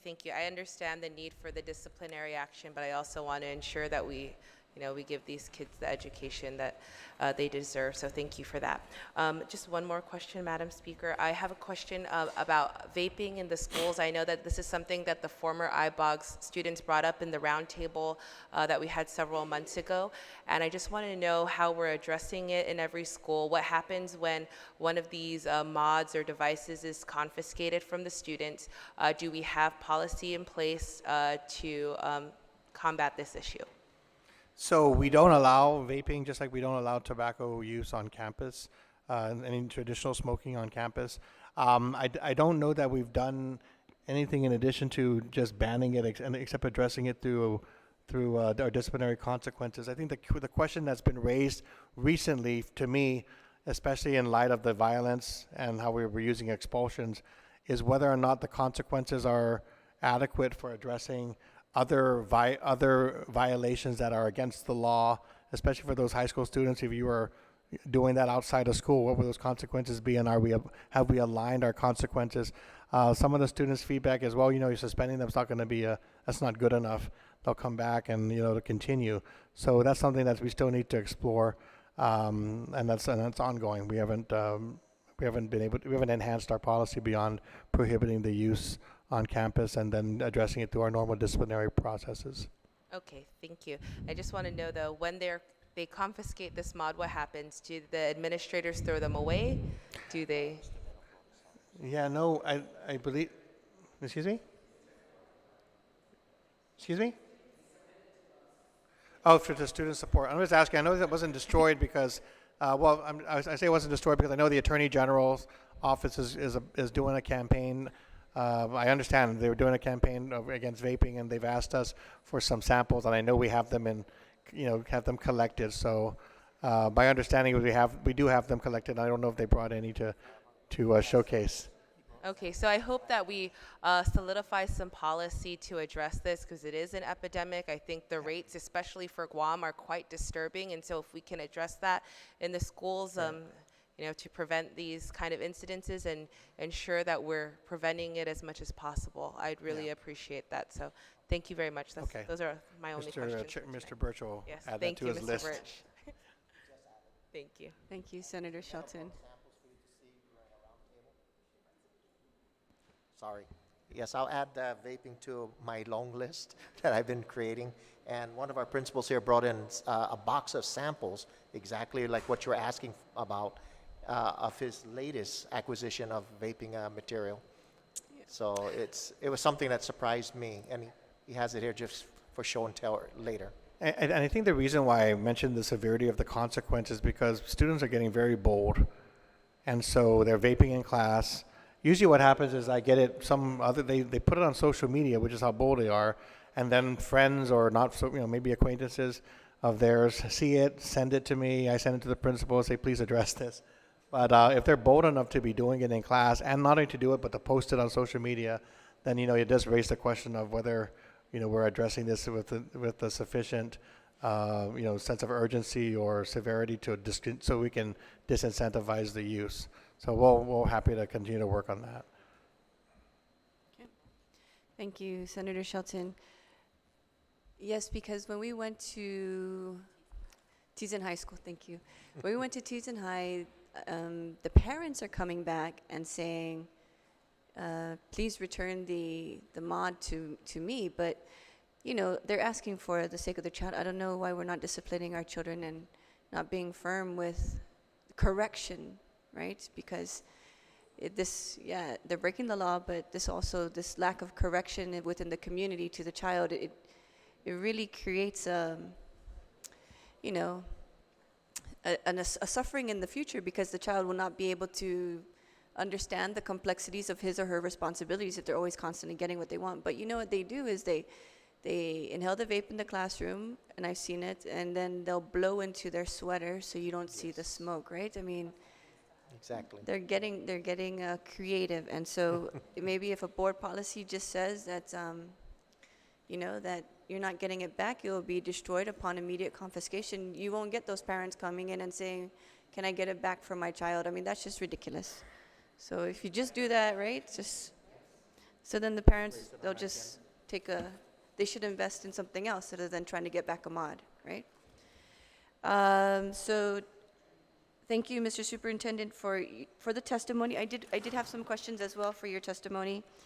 In response to the two riots at our high schools, Senator Shelton and myself and our teams, that we went there to talk with the principals and the staff that were present, and so I'd like to acknowledge their work and their support, and really the administration during that time really did, to the best of their knowledge, what they could do. I mean, even some of the administrators or personnel there were even harmed in a way, just trying to disperse the crowd. And so I was wondering, is there any way we can provide perhaps, I don't know what we call it, riot breakup training or something of the like, for them to know how to respond to the incident? It's a very good line of question and discussion. And we, in our last work session with the administrators, we had that same question or suggestion come up. And so it's kind of a weird question to ask. It's like training kids for active shooter, right? We don't want to train them, but we know it's a potential reality, and so we have to do that. And the question is this one of those situations where we have to train our employees to deal with riots and other, all the other host of serious things? So yes, it was suggested that we find a way to enhance training, and that's in the committee's discussion. Enhance training, look at the certain kinds of training. Someone mentioned self-defense to be able to address situations like that. But we do have some training in how to de-escalate, situations that we can build around. But you're right. It's as direct as that. Should we be preparing our staff and employees with specific training in the event that there's a riot on campus, which is a sad situation, but a relevant question. So I know that they brought it up to the committee, and that's part of our list of things to look at. Okay, and then I wrote a letter to you asking you to provide some counseling, perhaps to the staff also that were involved, and also to the students. And so absolutely are they perfect. getting some assistance in helping? Right. So I think with that, obviously it's, we always think of the students, first, or whoever's immediately if there's a trauma. But I think after that, we're looking at our offices to figure out how to best support going forward the counseling when traumatic events happen at the school site. So I appreciated that insight. And I think that's the good direction to go. We always focus on the students, and sometimes we forget the employees. So even when we talk about mental health services, we're talking about behavioral health services, expanding that to the kids, mental health first aid. because we want to make sure we understand what the kids need, we also are very cognizant that it's going to be helpful also with employees who may be in similar situations, help us detect and understand employees who may need additional services as well. Yeah, so maybe we can find a way to pay for an extra day to the teachers and the staff to participate in some kind of, Right. like obstacle training and also, there's severe trauma. So, these things need to be discussed also so that they can kind of relieve themselves of the pressure. Because if you only talk to it with some, perhaps I go home and I speak to my husband about it, my husband's not going to understand my perspective. But if I have the support group there from the teachers and the staff that were there, then, it would be something that maybe we can look towards, to provide funding for them to take a day off and to really work around these issues. I think it's a very good point. I mean, to be honest, the staff that put themselves in harm's way don't come there and they say, well, I need a day off, or they come and say, oh, I'm not going to apply for workers' comp. That's my job. But the point you made was very well taken. I mean, I think as we go forward, looking at it more proactively as to how we structure that level of support. But in visiting with Tejan and JFK, I know, people were, when the riots were first happening, they were saying, well, we didn't see any staff and there was no staff available. And That you was could not see true. them. You could see Yeah. them there, and they were right in the middle of the incident. So it's not that they're not there, but they do need support. So I thank you for thinking of that. And then perhaps other areas of preventative measures. Have we gone to other high schools and talked about the situations that have happened, or even at the middle school level, what had occurred and some of the consequences that were faced? Like, were there assemblies being made to other high schools and saying, hey, you can't mess around because people are going to end up in jail, people are going to end up hurt, these kind of consequences. I know that the teachers at the schools where it occurred and the principals at the schools that it have occurred have been constantly encouraging the students and even dedicating the homeroom time to educating them about this. But now it's just starting to trickle into all the schools. And so are we looking into areas where we can go and address this in the other schools and say, this is no joke anymore, you can't be doing these kind of things? We've done that in the past. We've tried different forums. I know in this round, the administrators were very proactive. What happens, we see 2 riots and then all of a sudden people say it's going to happen at your school, and it's going to happen. So I know our administrators have worked hard to try to prevent similar situations In at other their schools. Okay. I think part of our support was to say there are severe consequences. So I know some of that discussion has been, you do this, you're going to be expelled. Is one of the threats. I know that there are others where the students have been very proactive, saying, we know that our events are going to get canceled if anybody messes up. So please, be on your best behavior. And I know that some of our schools have actually held counter events, positive events. I know Tejan held, coming back from this, held its wave to, with students involved. I know down at Southern High, Mike Meadow had the students engaged in positive activities, try to combat that notion that this is going to be a trend and get around to other high schools. So we're all working together, and we love continued echoing of the same message from everybody in the community. But I know that there was a real concern that it would be imitated, a copycat in other schools, and I think the schools did a great job of preventing that from happening. All right. And then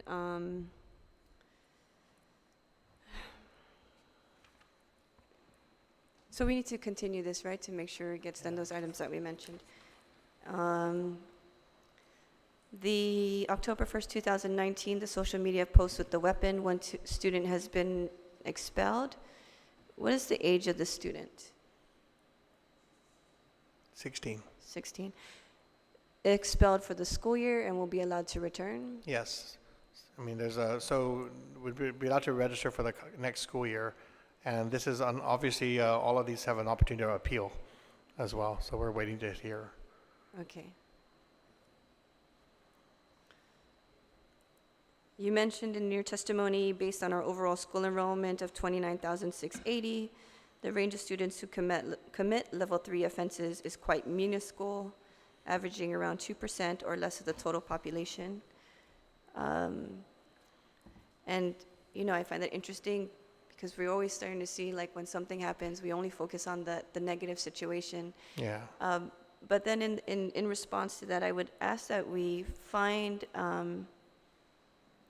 if it's only less than 2% of the student population, if we can perhaps find alternatives to Mr. Birch's recommendations, like metal detectors and restricting water bottles, you know, the hydro flask and stuff like that, because the 98% of the students that do go to school to learn are going to be impacted in this sense. And so perhaps we can look at something like that. I mean, and then you mentioned, and Mr. Birch mentioned in his testimony about Department of Corrections, I don't want the kids to think that they're going into a Department of Corrections when they go to school. You know, this is a place that they need to learn. If you treat someone like a criminal, eventually they'll act like a criminal. And so if we can avoid that, since it's only 2% of the population, then, you know, we'll talk more about the roundtable hearing, some of the different avenues we could take. Yeah, we're trying to be very careful about penalizing the majority of students because of the actions of what I call the one percenters. And it's not right that we should bring back stuff like banning the bags, going back to the net bags and stuff like that. We found that that didn't necessarily work. But these were recommendations that some people did bring up, and I felt that it was important that you hear that these are what people out there are saying. It doesn't necessarily mean the board's going to act on those things. We as the board, what we discussed was how do we best handle this situation without penalizing the great majority of students out there that want to be in school, that want to have their learning experience because of the actions of a few. And that's why the alternative school issue, where is it possible for us to create some kind of environment to remove these violent offenders out of the system itself, where we have the other students that want to learn.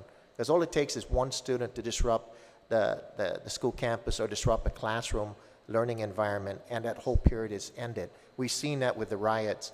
I mean, with the schools being put on lockdown, students not able to go out and eat lunch because of it. Right. So it is a small fraction that's causing a disproportionate disturbance on our campus. We are capable of identifying them, I believe. Now, are we capable of removing them and putting them elsewhere other than with the students that want to do good in our school system? Okay. And then, thank you so much for the statistics on the serious offenses, your level 3 serious offenses. I wanted to know, what is the middle school count for these serious offenses? How many of these offenses are middle school, or was this just high Yeah, this school? is total year end, so we can note. So, yeah, pull just that so down we for can get middle that, school. right? Well, that's a good point. Okay. And then the reason why I'm asking is to also caveat into the alternative school. Now, we've had many discussions about the alternative school and the concerns, you know, the students don't want to go back to their home school, their base school, or perhaps they continue to create another offense just so that they can go back to alternative school. Right. But I'd have to say, as a teacher, when my student would go to alternative school, I would be very relieved, you know, because, and I'm speaking in truth, I mean, it's a lot of stress on the teacher to have to Correct. deal with a very violent behavior and then try to teach 27 other students. And so I know that your concern was really seeing a change and the reintegration back. And so Right. you didn't, Just we as- were I mean, talking about some of this, okay? Yeah, I mean, this is. This is specifically at the middle school level, Right. because that's where they're really, or there's a lot of the challenges in the classroom. as they go Right. I through mean, physical I think this changes. is I think this is really an issue that, just as I raised earlier, we know we have good programs for elementary, we have good programs for high school, that we can think about different programs for high school, and it's the middle school where it still isn't, you know, a great need for figuring out what the appropriate level of intervention is to enable these students to turn back. So I'm still struggling with it. I mean, I think the issue is, so, you know, just as you said that a teacher's relieved when the student goes to the alternative school, that same teacher in high school is similarly relieved, I would just guess, even if they don't like the overall social impact of a student who's expelled. You know, they're just not going to be there in my class disrupting, and we know that that kid who's 18, maybe 19, maybe even 17, right? I mean, hopefully they'll be better, they'll find a way to get back on track, but that at some point they need to be away because they're causing too much concern for the rest of the students. But in middle school, when they're younger and you're hoping there's an opportunity to turn them back, what is that going to look like for an alternative environment? So just as we worked out alternatives for the high school, we had credit recovery. We have this new thing with Asmujao is going to be geared mostly towards high school students, we would anticipate. So the issue is, I don't know what I'm looking, I know Joe's taking a lot of notes as to what might be the corollary for middle school.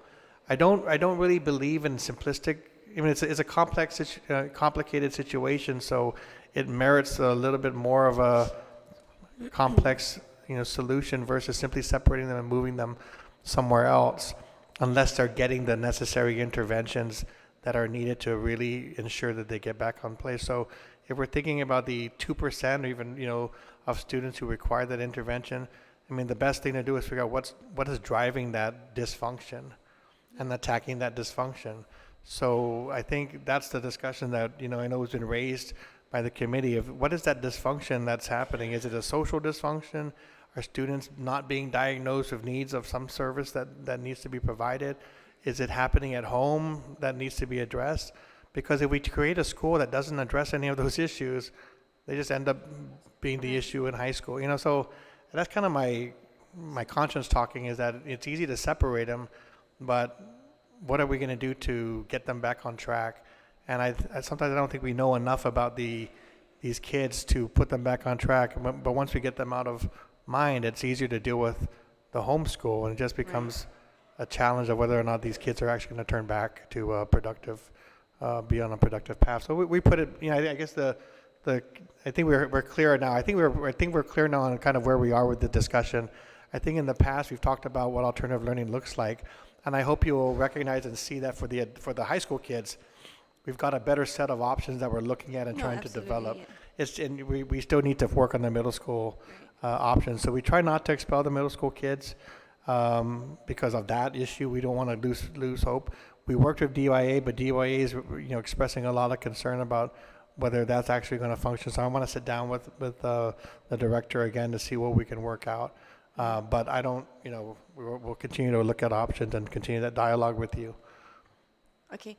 Yeah, the Success Academy is very good. I want to commend you on that.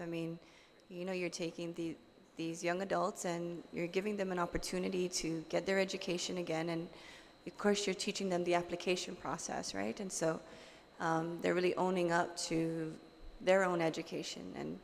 But I think that if sending someone to alternative school is a bit different from sending them from expelling them, because if it's a social issue, then they're not going to get any attention at home, and then they'll be left to their own devices, right? If they're at a alternative school, at least they're learning, they're in a classroom, and I know you have Opportunity Room that's federally funded, but it's hard to get teachers there because you have to have that dynamic of an individual who's a teacher that will be able to deal with these students, right?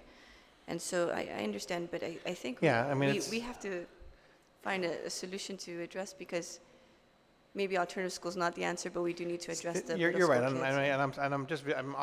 kids. we're still struggling with what the right answer is, and Me too. and we'll continue to do it. But if you think of these kids at that age group, right? Where my son's a 6th grader.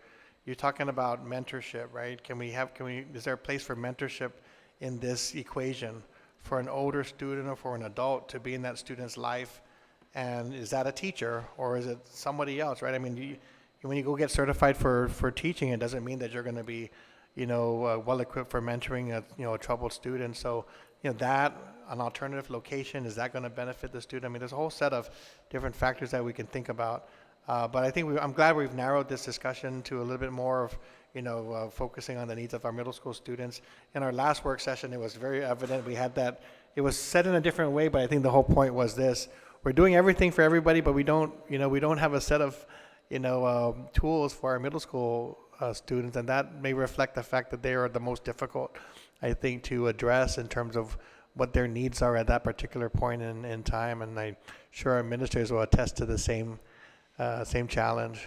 Yeah, when I was in middle school and I went to a private school, I did everything with the students to try to get a teacher to quit.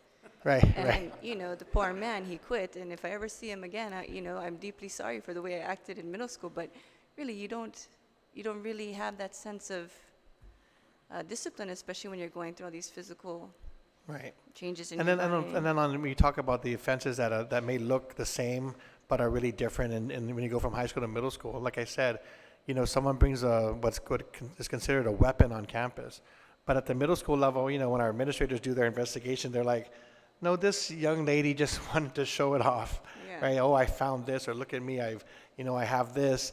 No other ill intent. Whereas in high school, you might worry about somebody coming because they're angry or mad at somebody. And so, there is a distinction and we always have to be cognizant of. So I'm glad our administrators are not, jumping the gun and saying, well, this black and white equation will apply to this. It's, what are the kids intend, what are they going to do, and recognizing that their level of maturity at the middle school needs to be taken into account. Right. Okay. Thank you. You mentioned a certain demographic in our community, and I don't. It's hard for me to really understand that. It does seem like it's almost like we're targeting this demographic. But what is the percentage of this demographic that makes up the serious offenses, in the graph? Yeah, you can take a look at. I know you have some of our. It's the same statistic year in and year out, and I don't know if we have it in here, but basically they make up about For the serious offenses. maybe in the teens in terms of the percentage of the population, but account for like 50 to 60% Of the of serious the offenses. right. So it's just Okay. a disproportionate amount that they represent in terms of the offenses, right? So in the May 2019 report, you have about 5,000 students who are Chuukese, but who represent 88.2% of those disciplined, and then 50.6% of those who are actually suspended. So in those, with serious amounts. So again, 88% of your kids are disciplined, and half of them are disciplined in the most significant way in terms of suspensions or greater. That represents it's a disproportionate representation of them in the community, where they only account for 20% of the population. So again, I don't feel sometimes we don't feel comfortable bringing it up, but the data is bearing it out. And I think as a school system, we have to do our best, and that we've done, and we continue to have that discussion about ensuring that we are not applying our own biases, and when we deal with students of a certain ethnicity or background, and that's a continual issue, not just your explicit, but your inherent biases that you might have. So we work and try to ensure there's enough that we talk about these issues and have that sensitivity. On the other hand, this is not a statistic that's just in the school system. You see it in a correctional system too. So there is an issue with regard to how we, if you tackle this issue, you have the potential of really benefiting the community if we can find a solution. Okay. That's just, I again, think- it's a really horrible statistic to say that 90% of your population is being disciplined, and then half of that for the most serious offenses. So we need to do something about that. In order to address that, right, it's clearly there's a cultural gap, right, as far as Western expectations and island expectations from where they're from. So we have to reach out to the other agencies, right, because you can't carry this huge burden. DOE can't carry the huge burden of this. So Right. maybe we can bring in other agencies to understand the gaps and see what maybe the mayors can host some, culturalization or assimilation classes, because they're given almost $400,000 to assist DOE in these things, and host them and make it a requirement for the ones that are getting in trouble to attend on Saturdays or something of the sort, right? I think all the agencies who serve this population on the correctional side ought to have an interest in, on the preventative side as well. And We so just have at to the see what very exactly they're at doing the with very them. least. And the other thing, like I mentioned before, is that this is an area. So there are areas where I've said before that DOE really is only a piece of the puzzle. We need help from other people. Yeah. But with regard to this particular issue, I do think that DOE is also well positioned to address this issue, because what we're seeing is, this is not just about youth, this is about adults that we see in the correctional system. These statistics are not just reserved to the young people, it's also seen in the adult community. But once you get into those adult ages, it's almost as if it's, we're almost impossible to break that chain, or to break that issue, or change people's progressions. Whereas what we do with these students here, who are just starting out, they're learning to make decisions. We're talking about first, second, third generation of students who are going to make a positive difference in the community. So I'm thinking that, my strategy in working with others is, we know they're the difficult situations, the adults that we're trying to deal with and we're seeing in the community, but don't ignore, we're talking first, second, third generation of students, some of who migrated, some who've been born here, who see themselves in the community, who read the news, who understand the negative connotations that's out there, but want to do something better and want to change that mindset.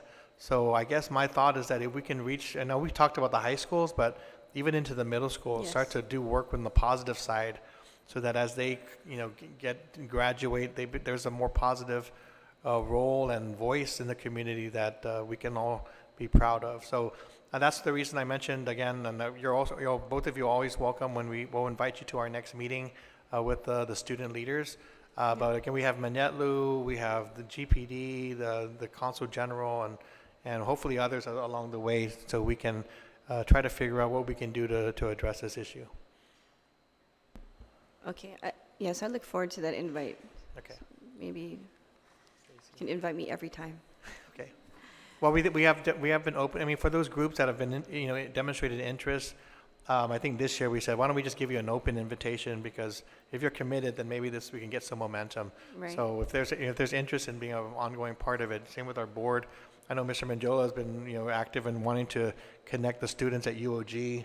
The students asked for some help with university understanding, how to get to college, and his first idea was, the residence hall over at UOG. There's a lot of students who are already there maybe as mentors for these high schoolers.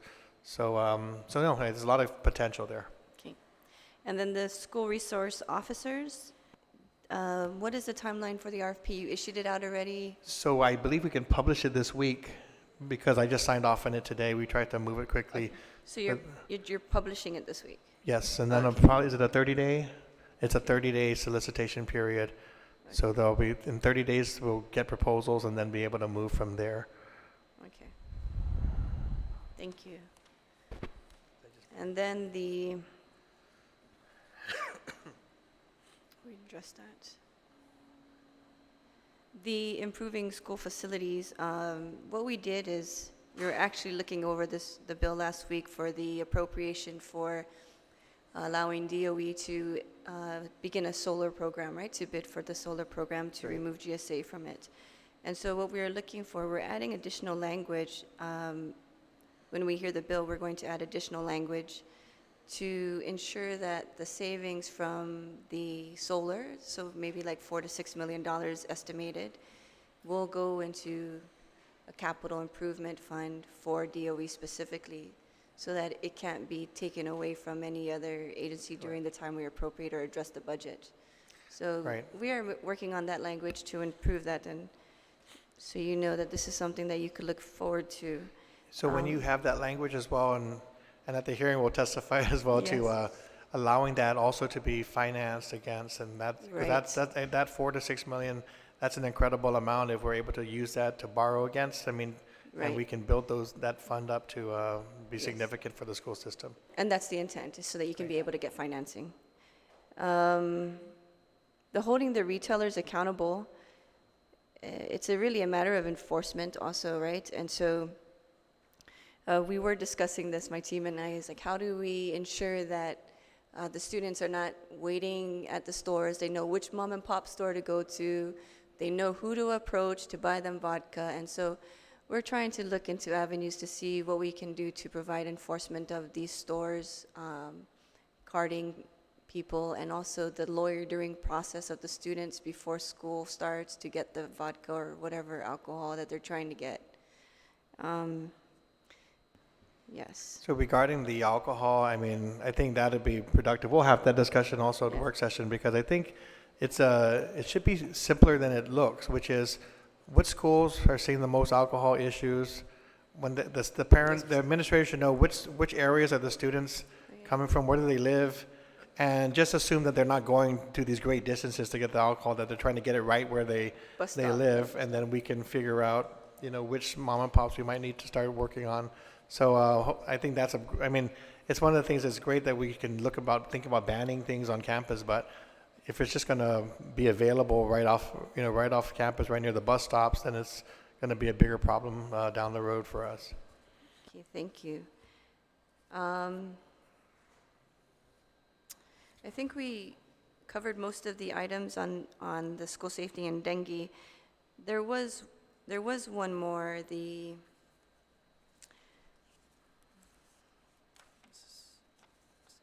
bear with me for a second. On the student conduct report, August 17, 2017 to April 30, 2018, on page 21. Do you have a copy of that? Yeah, 2017 to 2018.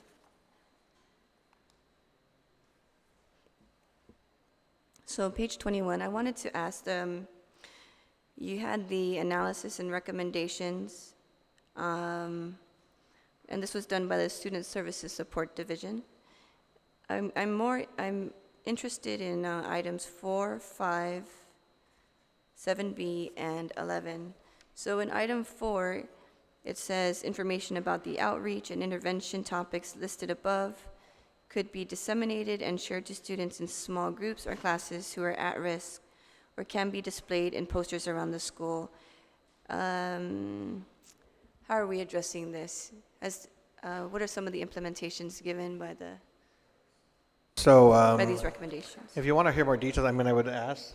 This is Yes, part please. of our intervention that we've done for students who are caught violating the rules, and so through our substance abuse intervention program and through our brief tobacco interventions, we've worked very closely with those small groups of students who are shown to be utilizing the smoking or drinking alcohol. So What is the success rate, or perhaps the recidivism rate? can I invite Yes, Nadine please. to come and join us? Yes, please. She's actually the lead on this project. Hi, Senator. Half a day. Can you just state your name for the record and your Nadine position? Cepeda.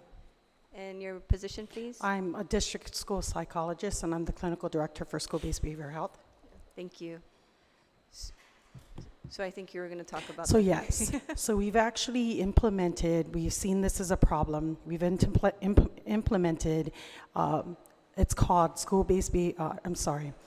substance abuse intervention. And so that is one of the recommendations that we've made, because we see that as a problem, and we know that it's underlying issues, and it goes back to oftentimes when do the assessments for substance abuse, it's problems at home or friends or with a boyfriend or a girlfriend.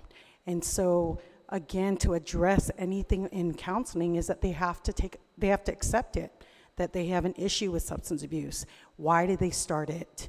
And we need to build that skill level. Mm-hmm. So we do know that we do address that through the schools, because we only have 7 clinicians, and we've actually had 212 students in total that have completed it. We cannot go max over 20 because the group then becomes way too big. It's 16 sessions, and we use an evidence-based curriculum called the Hazelden. And so it really imparts about trust, denial, acceptance, the consequences of the choices you make. So it's all skill building. And it does process, and we do work with. So one of the efforts that we've done is that one of the clinicians from school-based behavioral will facilitate it, and the co-facilitator will be a school counselor, because then the school counselor follows up with that student when they've commenced or completed. Okay. And so you said you had completed it with 212 students? Correct, in the middle and high school. Middle and high school. Is this just for 17 and 18 fiscal year? No, so we have Or school year? actually started this in 2016 and 2017. We initially started with 5 groups, Okay. and it's per semester, And it runs, again, it varies with the school. So in middle school, we use the character ed times that they build in part of the character education. In high school, we work very closely with the different school administrators and see how that can make, how we can work that out twice a week or sometimes 3 times a week. We do know that the students oftentimes that are using substances are failing and they don't come in. So they're usually repeaters. And if you're gonna ask, we have people who actually repeat the program. And it's because it's much more serious. They need more like a residential program. So we don't only just offer that 16-week sessions, we also offer family. And just so you know, Senator, we do work really hard. We offer an evidence-based 7 sessions, and none of the parents, it is offered to them, and none of them actually want to participate in that. So we work closely, and we say, in lieu of suspension, we actually have them come to school and attend this and then go back to school. Oftentimes, though, they do have some problems because, again, for whatever reason, they come back, and we see that because in counseling, you're going to have to accept some of your issues, and then what do you do with that? Okay. So what is the recidivism rate for alcohol and then for tobacco? Okay, so we oftentimes, we don't see tobacco. That's a whole different program. It's called bereaved, BTI. It's bereaved intervention, and that's done separately, and they use access like computer. For the substances, anything other than tobacco, we deal with like addiction. And so you see a 30% recidivism rate and a 70% success rate. And how much of the time do the counselors spend on this specific program? Because when I was teaching, I noticed that they had a lot of other requirements that they had to do. So like some of them were, I know they had to like group up like certain assessments, and they had to move, it was more like data collection. So how much time do the counselors invest in really one-to-one time with the student? Are you? So actually, that's where we changed kind of the culture and the climate, what counselors do, because it's more than just scheduling. We actually now have a screener. It's called the SPURT process. So since Senator Amanda Shelton had asked, we actually, when they come back, the counselors are doing a screener, and it's called the CRAFT. It's an evidence-based screener. The counselors then would determine, based on the response of that student, if it's low, medium, or high. If it's medium and low, then the student, then they actually have the counselors do a psychoeducational group, and it's 5 sessions. We provide the worksheets. If it's high, then they need an assessment, and we use an ASAM. With that assessment, then we determine that they go to the group, and they may need more than just the 16 session. They may need to include individual and family as well. So the planning and the scheduling, I guess what I really want to know is, are the counselors really getting this one-to-one time with the child or the student, or are they investing most of their time in collecting data for reports? So I know they work closely with us while there's the 16 sessions. Thereafter, I'm not quite sure, although our policy says they should be following up. One of the biggest failures, and we know this, I'm a certified substance abuse, and I worked at mental health for many years, so I kind of know how that translates in our community. It's follow-up. Oftentimes, when they're done and you think you're doing well, and you don't have that support or follow-up, they end up dropping again, meaning they relapse. So to understand addiction, it's very critical, and that's why we include those school counselors to do the follow-up, because we are district-wide and we address all the schools in the district. Okay. All right, thank you. Thank you very much, and thank you for the work that you do. Thank you.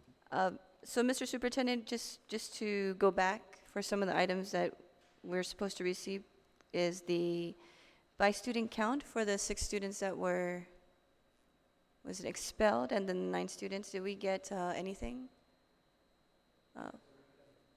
Maybe at a later date then, maybe tomorrow? You want to we can, Okay. well, we do have it, but it might be best to just Right, provide break it you down. in Okay. writing. But just to say generally, we just got the one from Tizen, and it shows that, you have a, variety of students, the oldest being around 18, but obviously lower, but all of them seem to be behind definitely in school. I mean, some showing freshman credits when most of them should be juniors. So it's one of the things we'll present you in detail so you can see the age and the level of credits earned, because I think that's relevant to our compulsory education discussion. And then we'll do the same for JFK. Okay. And then we also talked about the RFP proposed, and we need to see what if we don't get anyone to take up the contract with the requirements that the SROs provided, how are we going to address that issue? This is pending, right? Right. Because we don't know really. And then you mentioned the meetings with the students. I'd also like to attend the high schools and middle schools and meet with the SBA students. And Yeah, just we're kinda talk expecting to them. early November would be the next meeting. Okay. So hopefully the first week in November. All right, and then perhaps maybe during this month, I can meet with some of the high schools, SBA students, just to get their take on the issue as well. Because, we're adults, but it's good to have the students start taking responsibility for their And you also have our iBox here who are Right. available as well to provide input as needed. Right, and they're going to do that during our roundtable. Yeah. Okay. Do you have any other questions? Okay, I'd like to thank Senator Shelton for her presence, and I believe we have just exhausted all items on the agenda. It is now 19:10. We're going to take a 10-minute break just so that we can transition into the roundtable hearing. Thank you very much. Thank you, parents. Thank you, teachers. Thank you, principals, deputy superintendents, for spending your time here with us this evening. Thank you.